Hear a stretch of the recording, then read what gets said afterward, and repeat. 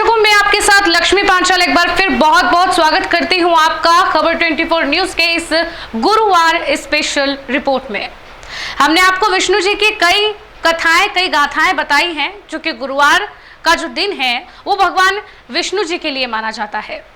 और आज हम ऐसी ही एक और रोचक कथा आपके सामने लेकर आए हैं, जिसमें एक कथा के अनुसार आखिर भगवान विष्णु का नारायण नाम कैसे पड़ा, ये हम उस कथा में जानेंगे। आज गुरुवार के दिन भगवान विष्णु की पूजा के लिए विशेष दिन माना जाता है। गुरुवार का दिन जो कि भगवान विष्णु की स्तुति में विशेष दिन माना जाता है।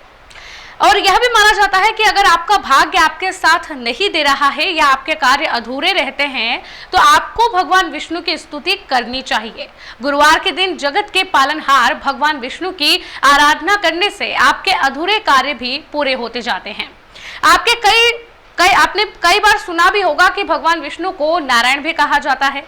वहीं कई पुराणों में जहां जहां जगत के पालनहार का उल्लेख किया गया है, वहां भगवान विष्णु को नारायण नाम से भी संबोधित किया गया है। तो आखिर भगवान विष्णु का नाम नारायण कैसे हुआ, यह हम आपको बताएंगे।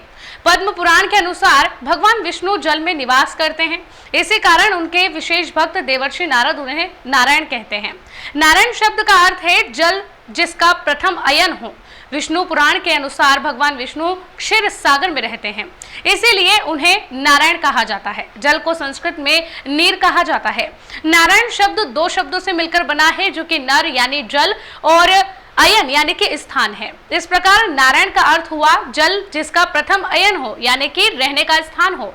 इस कारण से जल यानी क्षीर सागर में निवास करने के कारण भगवान विष्णु को नारायण कहा जाता है। अब आइए भगवान विष्णु के बाकी नाम जो हैं उनके अर्थ भी आपको बताते चलें।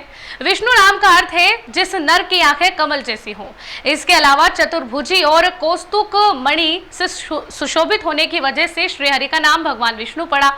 और हरि नाम का अर्थ भगवान विष्णु सृष्टि से पालन करता है, जो संसार के सारे दुख भी हर लेते हैं, इसीलिए उन्हें हरि नाम से भी संबोधित किया जाता है। अच्युत नाम का अर्थ पुरुषोत्तम नाम का अर्थ भी भगवान विष्णु को पुरुषोत्तम यानी कि पुरुषों में सबसे उत्तम मानने के लिए और श्रेष्ठ मानने के लिए माना जाता है।